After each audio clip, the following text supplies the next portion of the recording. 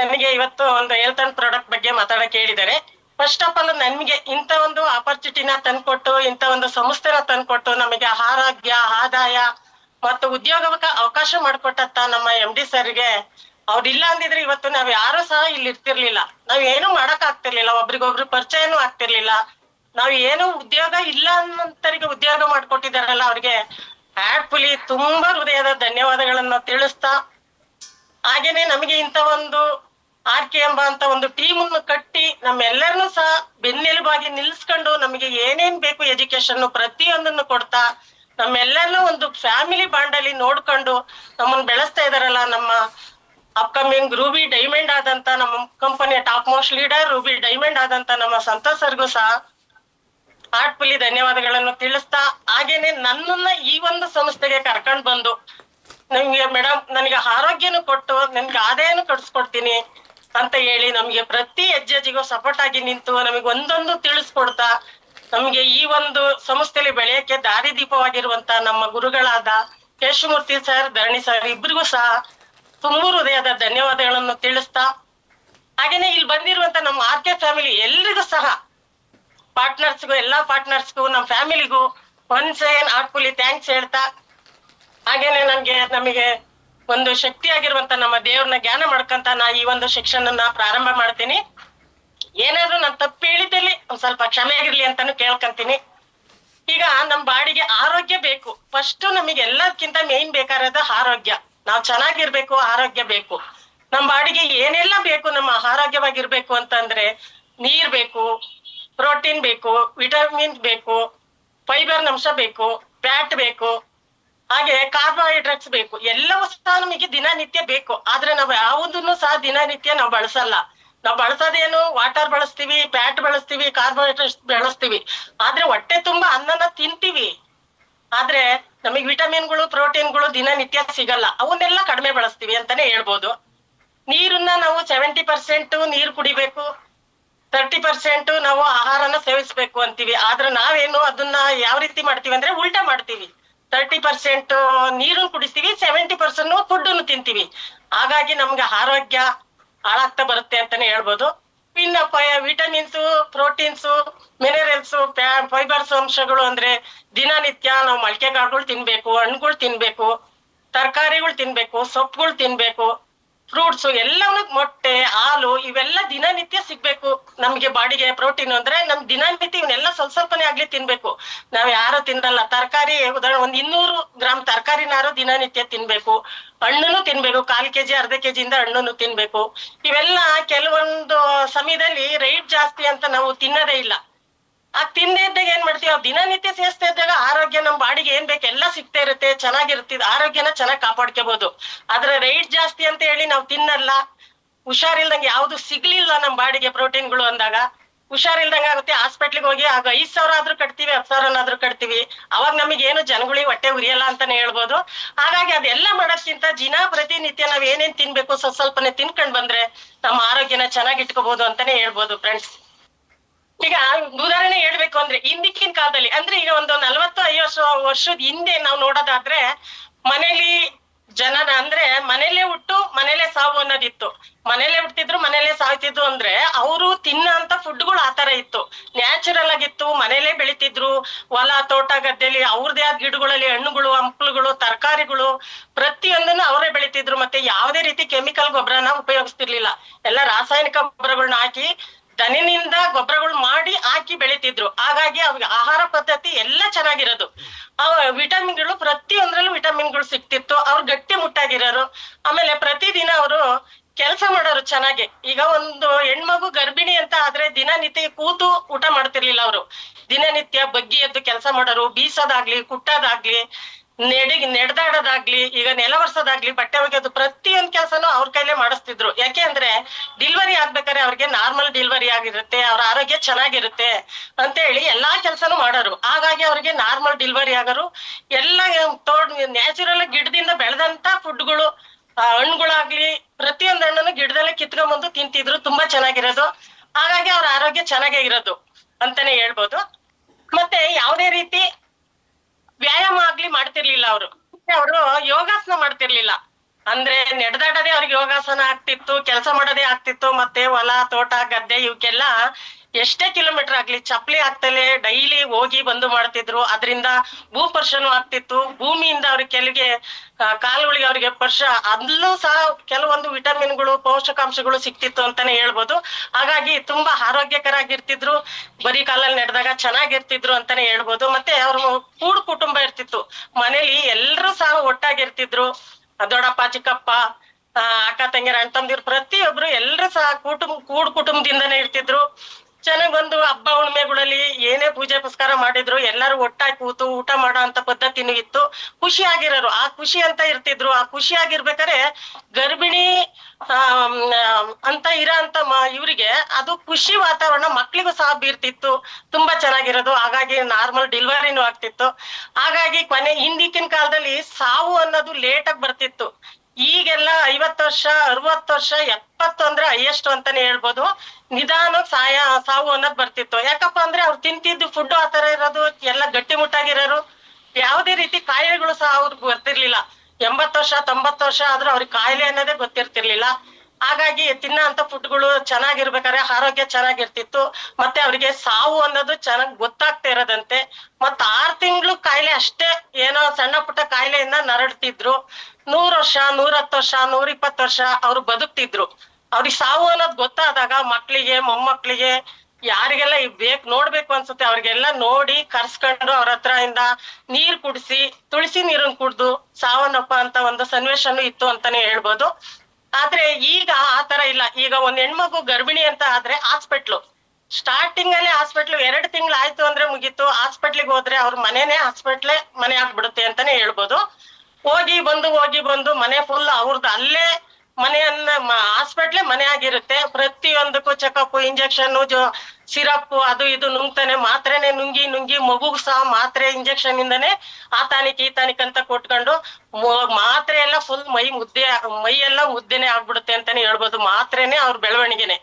ಆ ಮಾತ್ರೆಗಳು ನಿಲ್ಸಿರೆ ಬೆಳವಣಿಗೆನೆ ಕಷ್ಟ. ಪ್ರತಿದಿನನೂ ನಿಲ್ಸ್ಬಾರ್ದು, ನುಂಗ್ಬೇಕು ಅಂತ ಹೇಳ್ತಾರೆ ಡಾಕ್ಟರ್ಗಳು. ಅದನ್ನೇ ಪಾಲಿಸ್ಕೊ ಬರ್ತಾರೆ. 2 ತಿಂಗಳು 3 ತಿಂಗಳಾದ್ರೆ ಏನು ಕೆಲಸ ಮಾಡ್ಸಲ್ಲ ಈಗಿಂದ ಹೇಳ್ಬೇಕು ಅಂತ ಅಂದ್ರೆ. ಯಾಕೆಂದ್ರೆ ಡಾಕ್ಟರ್ ಆತರ ಹೇಳ್ಬಿಡ್ತಾರೆ, ಏನು ಕೆಲಸ ಮಾಡಿಸ್ಬೇಡಿ ಅಂತ. ಮೆಲ್ಲ ಅಂತ ಹೇಳಿ ಅವರು ಫುಲ್ ಬೆಡ್ ರೆಸ್ಟ್ ಅಲ್ಲೇ ಹೇಳ್ಬಿಡ್ತಾರೆ. ಹಾಗಾಗಿ ಹುಟ್ಟು ಮನೆಯಲ್ಲಿ ಇಲ್ಲ, ಸಾವು ಮನೆಯಲ್ಲಿ ಇಲ್ಲ. ಈಗ ಹಾಸ್ಪಿಟ್ಲ್ ಎಲ್ಲ ಆಗಿದೆ ಅಂತಾನೆ ಹೇಳ್ಬೋದು. ಆದ್ರೆ ಹಿಂದಿಕ್ಕಿನ ಕಾಲದಲ್ಲಿ ನಮಗೆ ನ್ಯಾಚುರಲ್ ಆಗಿ ಬೆಳಿತಿದ್ದು, ನಾವೇ ಬೆಳೆದಂತ ಗಾರ್ಮೆಂಟ್ ಫುಡ್, ನಾವೇ ಬೆಳೆದಂತ ಫ್ರೂಟ್ಗಳು ಹಣ್ಣುಗಳು ಪ್ರತಿಯೊಂದು ಬೆಳೆದಿರೋ ಅಂತವನ್ನೇ ತಿಂದು ಆರೋಗ್ಯ ಚೆನ್ನಾಗಿರೋದು. ಆದ್ರೆ ಈಗ ಆತರ ಇಲ್ಲ. ಈಗೆಲ್ಲ ಬಾಯಿ ರುಚಿಗೋಸ್ಕರ ಟೇಸ್ಟಿಗೋಸ್ಕರ pizza burger gobi manchurian noodles ಇವೆಲ್ಲ ತಿಂದು ನಮ್ಮ ಆರೋಗ್ಯನ ಹಾಳು ಮಾಡ್ಕೊಂತ ಇದೀವಿ ಅಂತಾನೆ ಹೇಳ್ಬೋದು. ಅದೇ ರೀತಿ ಹಿಂದೆ ಒಲೆಯಲ್ಲಿ ಅಡಿಗೆ ಮಾಡ್ತಾ ಇದ್ರು, ಮಡಿಕೆಯಲ್ಲಿ ಅಡಿಗೆ ಮಾಡ್ತಾ ಇದ್ರು. ಸೌದೆ ಒಲೆಯಲ್ಲಿ ಮಡಿಕೆಯಿಂದ ಅಡಿಗೆ ಮಾಡ್ತಾ ಇದ್ರೆ ಊಟ ಅಷ್ಟೇ ರುಚಿಕರ ಆಗಿರೋದು ಅಂತಾನೆ ಹೇಳ್ಬೋದು. ತುಂಬಾ ಟೇಸ್ಟಿ ಆಗಿರೋದು, ಚೆನ್ನಾಗಿರೋದು. ಆ ಊಟ ತಿಂದಾಗ ಎಷ್ಟು ಜನಕ್ಕೆ ಘಮ ಪರಿಮಳನು ಬರ್ತಿತ್ತು, ಚೆನ್ನಾಗೂ ಇರೋದು.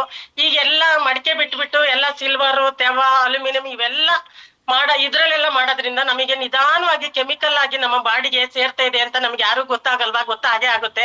ಆದ್ರೆ ಇದರಿಂದ ರೋಗಗಳು ತಾನಾಗೆ ಸಣ್ಣದಾಗಿ ಬರ್ತಾ ಇರುತ್ತೆ ಅಂತಾನೆ ಹೇಳ್ಬೋದು. ಹಿಂದೆ ಬಾಳೆದೆಲೆ ಊಟ ಮಾಡ್ತಿದ್ರು, ಕೂತ್ಕೊಂಡು ಆರಾಮಾಗಿ ಎಲ್ಲ ತರ ಅಡಿಗೆ ಮಾಡ್ಕೊಂಡು ಚೆನ್ನಾಗಿ ಊಟ ಮಾಡೋರು ತರ. ಈಗ ಆತರ ಇಲ್ಲ. ರೂಮಲ್ಲಿ ಎಲ್ಲಿರ್ತಾರೆ ಅಲ್ಲೇ ಫೋನ್ ನೋಡ್ಕೊಂಡು, ಹೊರಗಡೆ ಎಲ್ಲಿರ್ತಾರೆ, ಎಲ್ಲೆಲ್ಲಿ ಯಾರ್ಯಾರು ಇರ್ತಾರ ಅಲ್ಲಲ್ಲೇ ತಿನ್ನೋ ಅಂತ ಒಂದು ಪರಿಸ್ಥಿತಿ ಬಂದಿದೆ ಅಂತಾನೆ ಹೇಳ್ಬೋದು. ಇದಕ್ಕೆಲ್ಲ ಉದಾಹರಣೆ ನಾವು ಇಷ್ಟೆಲ್ಲ ಕಾಯಿಲೆಗಳು ಬರ್ತಾ ಇದೆ. ಇದಕ್ಕೆಲ್ಲ ನಾವು ಅದಕ್ಕೆ ಒಳ್ಳೇದೊಂದು ಮಾಡ್ಬೇಕು, ನಮಗೆ ಯಾವ್ದೇ ಕಾಯಿಲೆಗಳು ಬರ್ದಂಗೆ ತಡಿಬೇಕು ಅಂತ ಅಂದ್ರೆ ನಮಗೊಂದು ಆಯುರ್ವೇದ ಅನ್ನೋದು ನಮಗೆ ತೋರ್ಸ್ಕೊಟ್ಟಿದ್ದಾರೆ ನಮ್ಮ ಸಂಸ್ಥೆಯ ಮ್ಯಾನೇಜಿಂಗ್ ಡೈರೆಕ್ಟರ್. ಆ ಆಯುರ್ವೇದನ್ನ ನಾವು ಬಳಸಿ ನಾವು ಆರೋಗ್ಯನ ಬರೋದನ್ನ ತಡಿಬೇಕು, ಬಂದಿದ್ದನ್ನ ಕಂಟ್ರೋಲ್ ಮಾಡ್ಕೋಬೇಕು ಅಂತಂದ್ರೆ ನಮ್ಮ V-Star ವೆಲ್ನೆಸ್ ಪ್ರಾಡಕ್ಟ್ ನ ಬಳಸಬಹುದು ಅನ್ನೋದ್ರ ಮುಖಾಂತರ ನಾನು ತಿಳಿಸ್ಕೊಡ್ತಾ ಇದ್ದೀನಿ ನನಗೆ ಗೊತ್ತಿರೋ ಅಷ್ಟ್ ಮಟ್ಟಿಗೆ. ಇದರಲ್ಲಿ ಫಸ್ಟ್ ಆಫ್ ಆಲ್ ಮೊದ್ಲಿಗೆ ಬರೋದೇನಪ್ಪಾ ಅಂತಂದ್ರೆ ಇಮ್ಯುನಿಟಿ ಕಾಫ್ ಅಂತ. ಇಮ್ಯುನಿಟಿ ಕಾಫ್ ಇದು ನಮ್ಮ ಬಾಡಿಗೆ ಇಮ್ಯುನಿಟಿ ಅಂದ್ರೆ ಪ್ರತಿಯೊಬ್ಬರಿಗೂ ಗೊತ್ತಿರೋ ಅಂತ ವಿಷಯನೇ. ನಮ್ಮ ಬಾಡಿಲಿ ಇಮ್ಯುನಿಟಿ ಇಲ್ಲ ಅಂದ್ರೆ ನಾವ್ ಯಾವ್ದನ್ನು ತಡೆಯಲ್ಲ. ಏನೇ ಕಾಯಿಲೆಗಳು ಬರ್ಲಿ, ಏನೇ ಒಂದು ಸಣ್ಣದಾಗಿ ಶೀತ ಆಗ್ಲಿ, ಜ್ವರ ಬರ್ಲಿ, ಯಾವ್ದೇ ಒಂದ್ ಕೆಮ್ಮು ಬರ್ಲಿ, ಸುಸ್ತು ಅನ್ನೋದಾಗುತ್ತೆ. ಇಮ್ಯುನಿಟಿ ಇದ್ರೆ ಎಲ್ಲದಕ್ಕೂ ಯಾವ್ದಕ್ಕೂ ಎದುರದಂಗೆ ಧೈರ್ಯವಾಗಿ ಎದುರಿಸ್ಬೋದು ಅಂತಾನೆ ಹೇಳ್ಬೋದು. ಹಾಗಾಗಿ ಈ ಇಮ್ಯುನಿಟಿ ಕಾಫು ಯಾರಿಗೆಲ್ಲ ಮೋಷನ್ ಕ್ಲಿಯರ್ ಆಗಲ್ಲ, ನಿದ್ರೆ ಚೆನ್ನಾಗ್ ಬರಲ್ಲ, ಮತ್ತೆ ಊಟ ಜೀರ್ಣ ಆಗಲ್ಲ, ಪ್ರತಿಯೊಂದನ್ನು ನಾನು ಬರ್ದಂಗೆ ಅದೆಲ್ಲ ಅನುಕೂಲ ಮಾಡಿಕೊಡುತ್ತೆ. ಹಾಗೇನೆ ಕ್ಯಾನ್ಸರ್ ಆಗ್ಲಿ, ಲೋ BP ಆಗ್ಲಿ, ಹೈ BP ಆಗ್ಲಿ, ಸ್ಟ್ರೋಕ್ ಆಗೋದು, ಶುಗರಿನ ಅಂಶ ಇವೆಲ್ಲಾನು ಬರ್ದಂಗೆ ಪ್ರತಿಯೊಂದನ್ನು ತಡೆಯುತ್ತೆ ಈ ಒಂದು ಇಮ್ಯುನಿಟಿ ಕಾಪು. ಇದು ನಾವು ವರ್ಷದಲ್ಲಿ 2 ಬಾಟ್ಲಿ ಅಕಸ್ಮಾತ್ 3 ಬಾಟ್ಲಿ ಬಳಸೋದ್ರಿಂದ ನಮ್ಮ ಆರೋಗ್ಯನ ಚೆನ್ನಾಗಿ ಇಟ್ಕೋಬಹುದು ಅಂತಾನೆ ಹೇಳ್ಬೋದು. ಹಾಗಾಗಿ ಅದಕ್ಕೆ ಏನೆಲ್ಲ ಇಂಗ್ರೀಡಿಯಂಟ್ಗಳನ್ನ ಹಾಕಿ ಮಾಡಿದ್ದಾರೆ ಅಂದ್ರೆ ಅಲವೇರಾ, ತುಳಸಿ, ಜಿಂಜರು, ಮತ್ತೆ ಕುಕ್ಕುಂಬು, ಪುನರ್ನವ, ಮುಲಾತಿ, ಮೇಥಿ, ಮತ್ತೆ ಇದು ಆಪಲ್, ಇವೆಲ್ಲ ಇಂಗ್ರೀಡಿಯಂಟ್ಗಳನ್ನ ಹಾಕಿ ಮಾಡಿರೋದಂತ ಒಂದು ಇಮ್ಯುನಿಟಿ ಕಾಪು. ಇದನ್ನ ಪ್ರತಿಯೊಬ್ರು ಸಹ ವರ್ಷದಲ್ಲಿ 2 ಬಾಟ್ಲಿ ಬಳಸ್ಬೋದು ಅಂತಾನೆ ಹೇಳ್ಬೋದು. ಹಾಗಾಗಿ ಕಾಫ್ ಅಂದ್ರೆ ಈಗ ಯಾರಿಗೆಲ್ಲ ದಮ್ಮು, ಅಸ್ತಮ ಅಂತಾರೆ, ಗುಯ್ ಅಂತ ಬರುತ್ತೆ, ತುಂಬಾ ಒಣಕೆಮ್ಮಿರುತ್ತೆ ಅಂತವ್ರಿಗೆ ಇದನ್ನ ಬಳಸೋದ್ರಿಂದ ಅದನ್ನ ಕಡಿಮೆ ಮಾಡ್ಕೋಬಹುದು ಅಂತಾನೆ ಹೇಳ್ಬೋದು. ಮತ್ತೆ ಅಡಿಟ್ ಕಾಪು ಅಂತಂದ್ರೆ ಇದು ಯಾರೆಲ್ಲ ಡ್ರಿಂಕ್ಸ್ ಮಾಡ್ತಾರೆ, ಸ್ಮೋಕ್ ಮಾಡ್ತಾರೆ, ಬ್ಯಾಡ್ ಹ್ಯಾಬಿಟ್ಸ್ ಯಾರೆಲ್ಲ ಮಾಡ್ತಾರೆ ಇದನ್ನ ಕೊಡೋದ್ರಿಂದ ಊಟದಲ್ಲಿ ಡೈಲಿ ಬೆಳಿಗ್ಗೆ ಸಂಜೆ 4 ಹನಿ ಹಾಕಿ ಕೊಡೋದ್ರಿಂದ ಇದರಿಂದ ಬಿಡುಗಡೆ ಮಾಡ್ಬೋದು ಅಂತಾನೆ ಹೇಳ್ಬೋದು. ಮತ್ತೆ ಕಾರ್ಡಿಯೋ ಕಾಪು ಅಂದ್ರು ಹಾರ್ಟ್ ಯಾರಿಗೆಲ್ಲ ಇಲ್ಲ, ಎಲ್ಲರಿಗೂ ಹಾರ್ಟ್ ಇದೆ. ನಮ್ಮ ಹಾರ್ಟ್ ಚೆನ್ನಾಗಿದ್ರೆ ನಾವು ಆರೋಗ್ಯವಾಗಿರ್ಬೇಕು ಅಂದ್ರೆ ನಮ್ಮ ಹಾರ್ಟ್ ಅನ್ನ ಚೆನ್ನಾಗಿ ಇಟ್ಕೋಬೇಕು ಅಂತ ಅಂದ್ರೆ ನಾವು ಇದನ್ನ ಬಳಸ್ಬೇಕು. ಈ ಒಂದು ಕಾರ್ಡಿಯೋ ಕಾಪುನ ನಾವು ವರ್ಷದಲ್ಲಿ 2-3 ಬಾಟ್ಲಿ ಬಳಸೋದ್ರಿಂದ ಹಾರ್ಟ್ ಅನ್ನ ಚೆನ್ನಾಗಿ ಇಟ್ಕೋಬಹುದು. ನಾವು ಅದು ಚೆನ್ನಾಗಿದ್ರೆ ನಾವು ಏನ್ ಬೇಕಾದ್ರೂ ಮಾಡ್ಬೋದು. ಆದ್ರೆ ಇದ್ರಲ್ಲಿ ಇದು ಬಳಸೋದ್ರಿಂದ ನಮಗೆ ಹಾರ್ಟ್ ಅಲ್ಲಿ ಹೋಲ್ ಇರ್ಲಿ, ಅಕಸ್ಮಾತ್ ಹಾರ್ಟ್ ಅಟ್ಯಾಕ್ ಆಗ್ದಂಗ್ ತಡಿಬಹುದು. ಹಾರ್ಟ್ ಅಟ್ಯಾಕ್ ಆಗಿದ್ರೆ ಅದನ್ನು ಕಂಟ್ರೋಲ್ ಮಾಡ್ಬೋದು. ಮತ್ತೆ ಹಾರ್ಟ್ ಅಲ್ಲಿ ಸ್ಟೆಂಟ್ ಹಾಕಿರ್ಲಿ, ಪ್ರತಿಯೊಂದನ್ನು ತಡಿಬಹುದು, ಕಂಟ್ರೋಲ್ ಮಾಡ್ಕೋಬಹುದು ಅಂತಾನೆ ಹೇಳ್ಬೋದು. ಮತ್ತೆ ಆರ್ಥೋಸಿಟ್ ಕಾಪು ಅಂತಂದ್ರೆ ನಮ್ಮ ಬಾಡಿಲಿ ಜೆಲ್ ಅನ್ನೋ ಒಂದು ಕಾಂಟ್ಯಾಕ್ಟ್ ಇರುತ್ತೆ. ಆ ಒಂದು ಖಾಲಿ ಆದಾಗ ನಮಗೆ ಮೂಳೆಗೆ, ಅಂದ್ರೆ ಮೂಳೆಗೆ ಸಂಬಂಧಪಟ್ಟಂತ ಒಂದು ಪ್ರಾಡಕ್ಟ್ ಇದು. ಅದನ್ನ ಬಳಸೋದ್ರಿಂದ ನಮಗೆ ಜೆಲ್ ಅನ್ನೋ ಕಾಂಟ್ಯಾಕ್ಟ್ ಉತ್ಪತ್ತಿಯಾಗಿ ನಮಗೆ ಕೀಲೆ ನಾವು ಮೂಳೆ ಏನ್ ಸೌದಿರಲ್ಲ, ಆದ್ರೂ ಅದು ಜೆಲ್ ಕಡಿಮೆ ಆದಾಗ ಮೂಳೆ ಒಂದಕ್ಕೊಂದು ತಾಕಿ ಸವಿತಾ ಬಂದಿದಾವೆ ಅಂತ ಹೇಳ್ತಾರೆ. ತೋರ್ಸಿರು, ಇಂಜೆಕ್ಷನ್ ಹಾಕ್ಸಿರು, ಮಾತ್ರೆ ತಗೊಂಡ್ರು ಕಡಿಮೆ ಆಗಲ್ಲ, ಆಪರೇಷನ್ ಮಾಡ್ಬೇಕು ಅಂತಾರೆ. ಯಾವ್ದೇ ರೀತಿ ವಿತೌಟ್ ಆಪರೇಷನ್ ಇಲ್ದಂಗೆ ನಮ್ಮ ಈ ಒಂದು ಆರ್ಥೋಸಿಟ್ ಕಾಪುನ ಕುಡಿಯೋದ್ರಿಂದ ಬಾಡಿಲಿ ಜೆಲ್ ಉತ್ಪತ್ತಿಯಾಗಿ ಆ ಮಂಡಿ ನೋವು, ಆರ್ಥೋದ್ ಏನೇ ಸಮಸ್ಯೆ ಇದ್ರು ಕಡಿಮೆ ಮಾಡ್ಕೋಬಹುದು ಅಂತಾನೆ ಹೇಳ್ಬೋದು. ಹಾಗೇನೆ ಬೇಬಿ ಕಾಪು ಅಂದ್ರು ಮಕ್ಳಿಗೆ. ಈ ಯಾವ ಮಕ್ಳು ಮೆಚುರಿಟಿ ಸ್ವಲ್ಪ ಬುದ್ಧಿ ಕಡಿಮೆ, ಚುರುಕಾಗಿರಲ್ಲ, ಓದಲ್ಲ, ಊಟ ತಿಂಡಿ ಜಾಸ್ತಿ ಮಾಡಲ್ಲ, ಅವ್ರ ದಪ್ಪ ಆಗಲ್ಲ, ಸ್ಟ್ರೆಂತ್ ಇರಲ್ವಲ್ಲ ಅಂತ ಮಕ್ಳಿಗೆ ಇದು ನಾವು ಬೂಸ್ಟ್ ಹಾರ್ಲಿಕ್ಸ್ ಕೊಡೋದ್ರ ಬದಲು ಇದನ್ ಕೊಟ್ಟಾಗ ಅವರು ಇದೆಲ್ಲ ಊಟ ತಿಂಡಿ ತಿನ್ನೋದಾಗ್ಲಿ, ಅವ್ರು ಚೆನ್ನಾಗಾಗ್ಲಿ, ದಪ್ಪ ಆಗೋದಾಗ್ಲಿ, ಒಳ್ಳೆ ಬುದ್ಧಿ ಚುರುಕಾಗೋದಾಗ್ಲಿ ಪ್ರತಿಯೊಂದು ಆಗುತ್ತೆ ಅಂತಾನೆ ಹೇಳ್ಬೋದು. ಹಾಗೇನೆ ಆರ್ಥೋ ಆಯಿಲ್ ಅಂದ್ರೆ ನಮಗೆ ಎಲ್ಲಿ ಜಾಯಿಂಟ್ ಪೈನ್, ಎಲ್ಲಿ ನೋವೆಲ್ಲ ಬರುತ್ತೆ ಆ ನೋವಿಗೆ ಹಚ್ಚೋದ್ರಿಂದ, ಮಸಾಜ್ ಮಾಡಿ ಹಚ್ಚಿ ಬೆಳಗ್ಗೆ ಬಿಸಿನೀರ್ ಹಾಕ್ದಾಗ ಆ ನೋವನ್ನ ಕಡಿಮೆ ಮಾಡ್ಕೊಡುತ್ತೆ ಅಂತಾನೆ ಹೇಳ್ಬೋದು. ಅದೇ ರೀತಿ ಡೈಬೋಕಾಪು ಅಂದ್ರೆ ಶುಗರ್. ಯಾರಿಗೆಲ್ಲ ಶುಗರ್ ಇರಲ್ಲ, ಪ್ರತಿಯೊಬ್ಬರಿಗೂ ಶುಗರ್ ಇರುತ್ತೆ. ಹುಟ್ಟಿದ ಮಕ್ಳಿಗೂ ಸಹ ಇರುತ್ತೆ ಶುಗರು 3 ಲೆವೆಲ್ ಶುಗರ್ ಇರುತ್ತೆ. ಒಂದು ವಂಶ ಪಾರಂಪರ್ಯಾಗಿ ಬರೋ ಅಂತ ಇರುತ್ತೆ, ಮತ್ತೆ ಯೂರಿನ್ ಶುಗರ್ ಅಂತ ಇರುತ್ತೆ, ಬ್ಲಡ್ ಶುಗರ್ ಅಂತ ಇರುತ್ತೆ. ಪ್ರತಿಯೊಬ್ಬರಿಗೂ ಇರುತ್ತೆ. ಕೆಲವು ಟೆನ್ಷನ್ ಮಾಡ್ಕೊಂಡ ಇರುತ್ತೆ, ನಾವು ತಿನ್ನೋ ಅಂತ ಫುಡ್ ಇಂದಾನೇ ಬರುತ್ತೆ ಅಂತ ಹೇಳಕ್ ಆಗಲ್ಲ.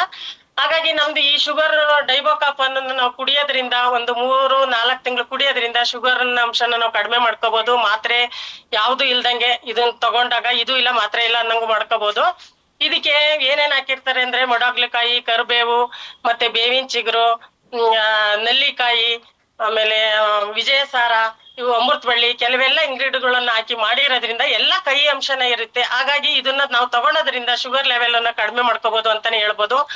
ಹಾಗೇನೆ ಬೂಮ್ ಕಾಪ್ ಅಂದ್ರೆ ಇದು ಈ ಒಂದು ಬೂಮ್ ಕಾಪ್ ಇಂದಾನೆ ನಾನು ಈ ಒಂದು ಸಂಸ್ಥೆಗೆ ಬರಕ್ ಕಾರಣ ಆಯ್ತು.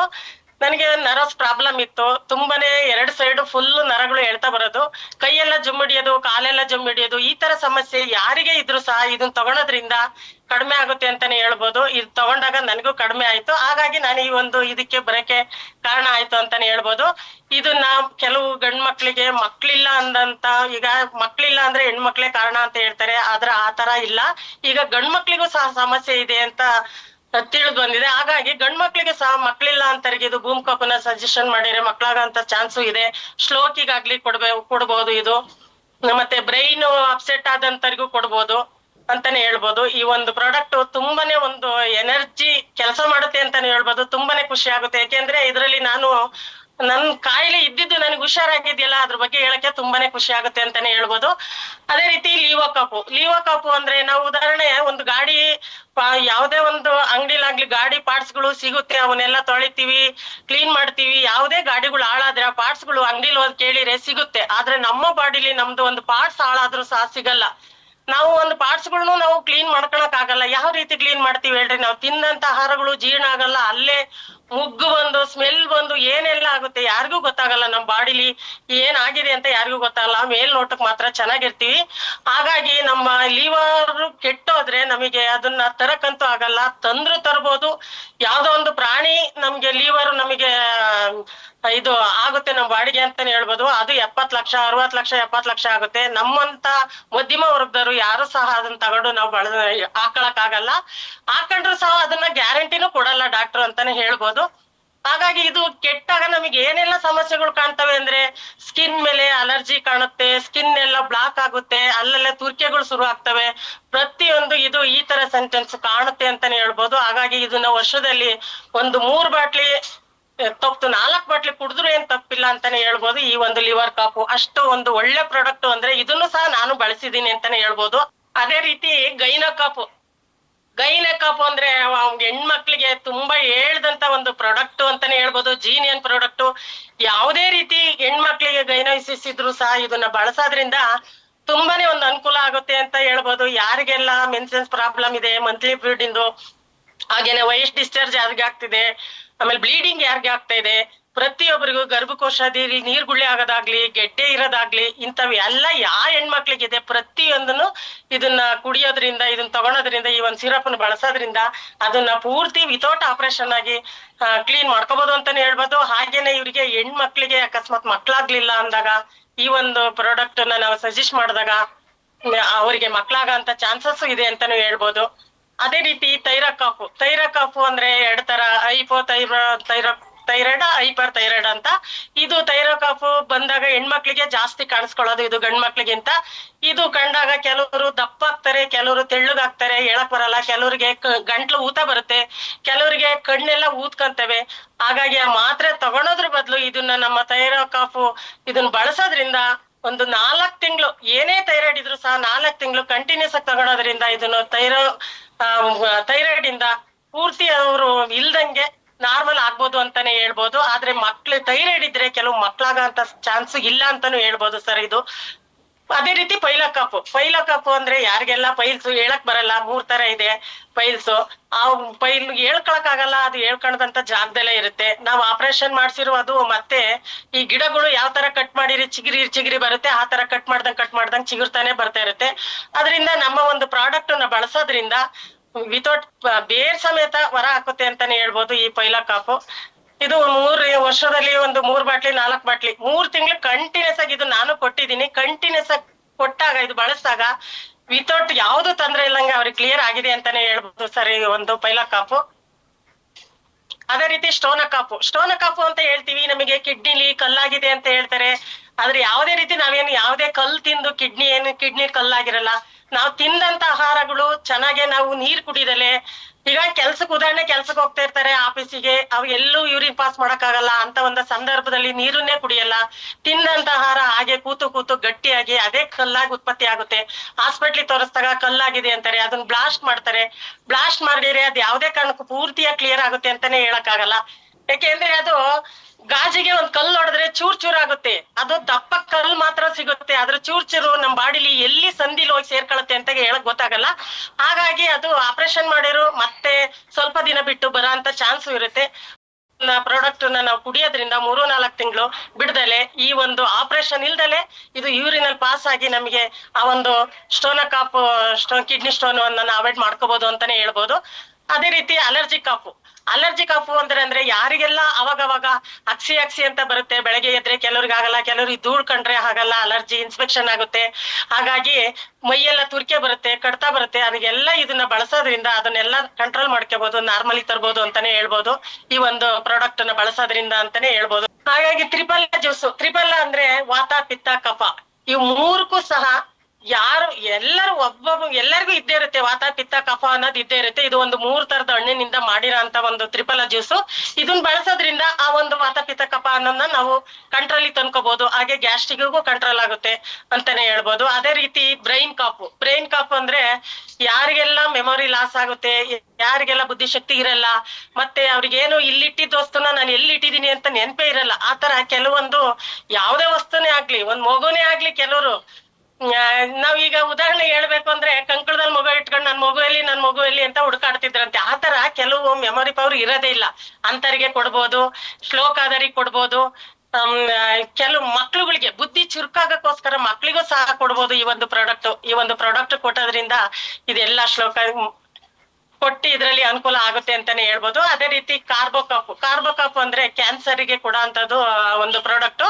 ಅವರು ಒಂದು 3ನೇ ಸ್ಟೇಜ್ ವರ್ಗು 100% ಗ್ಯಾರಂಟಿ ಕೊಟ್ಟು ಕೊಡ್ಬೋದು ಈ ಕಾರ್ಬೋಕಾಪ್.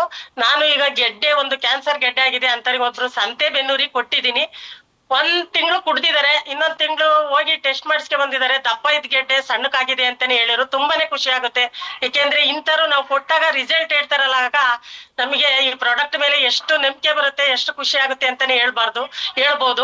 ಇಂತ ಒಂದ್ ಪ್ರಾಡಕ್ಟ್ ಕೊಟ್ಟಿದಾರಲ್ಲ ನಮ್ಮ MD ಸರ್ಗೆ ತುಂಬಾನೇ ಒಂದು ಹೃದಯಪೂರ್ವಕ ಧನ್ಯವಾದಗಳನ್ನು ತಿಳಿಸಕ್ಕೆ ತುಂಬಾನೇ ಖುಷಿ ಆಗುತ್ತೆ ಅಂತಾನೆ ಹೇಳ್ಬೋದು. ನೋನಿ ಜ್ಯೂಸು ಇದು ಒಂದು ಹಣ್ಣಿನಿಂದ ಅಂತ ಮಾಡಿರೋ ಅಂತ ಜ್ಯೂಸು. ಈಗ ನೋನಿ ಅಂದ್ರೆ ಬೇರೆ ಒಂದು ಜ್ಯೂಸ್ಗಳು, ಅಮೃತ್ ನೋನಿ ಅವು ಎಲ್ಲ ಟಿವಿಲಿ ತೋರಿಸ್ತಾರೆ. ಆತರ ಜ್ಯೂಸ್ ಅಲ್ಲ ನಮ್ದು.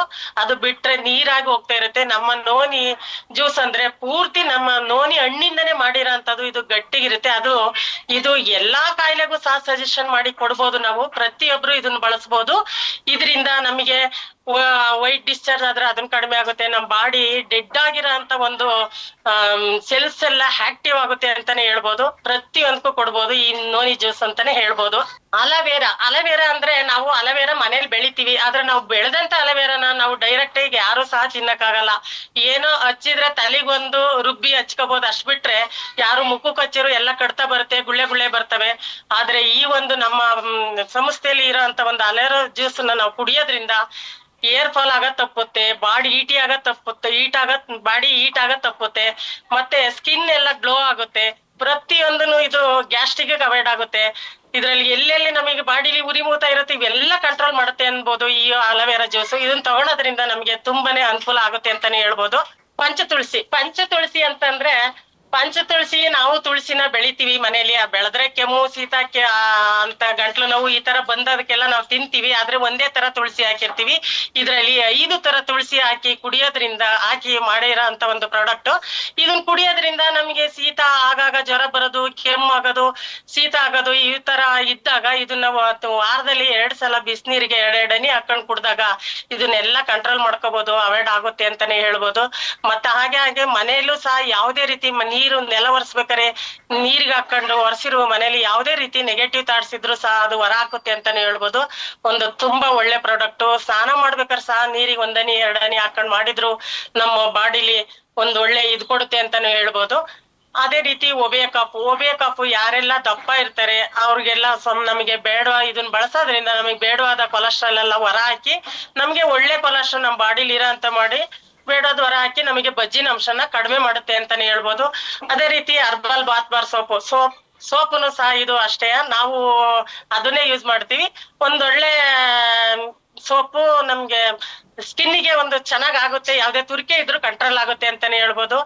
ಅದೇ ರೀತಿ ಡೆಂಟೋಕಾಪ್ ಟೂತ್ ಕ್ರೀಮ್ ಅಂದ್ರೆ ಒಂದು ಪೇಸ್ಟ್. ಇದು ಹಿಂದೆ ನಾವೆಲ್ಲ ಯಾವ್ದ್ರಲ್ಲಿ ಹಲ್ಲು ಜೊತೆದ್ದು ಅಂದ್ರೆ ಇಜ್ಜಿಲು ಮತ್ತೆ ಬೇವಿನ ಕಡ್ಡಿ, ಇಟ್ಟಿಗೆ, ಮಣ್ಣಿನ ಪುಡಿ, ರಂಗೋಲಿ ಈ ತರ ಹಲ್ಲು ಜೊತೆ ಇದ್ರು. ಕೆಲವೊಂದು ನಮಗ್ ಗೊತ್ತಿರಂಗು ನಾವು ಈ ಬೆಣ್ಣಿ ಸಗಣಿಯಿಂದ ಮಾಡಿರೋ ಬೆಣ್ಣಿ ಅದರಲ್ಲಿ ಉಜುತ್ತಿದ್ದು, ಇಜ್ಜಲ್ಲಿ ಉಜುತ್ತಿದ್ದು. ಹಾಗಾಗಿ ಅವಾಗ ಜನಗಳು ಆಗ ಅಷ್ಟೇ ಗಟ್ಟಿಯಾಗಿದ್ದು ಹಲ್ಲು ಅದ್ರಲ್ಲೆಲ್ಲ ಉಜ್ಬೇಕಾರೆ.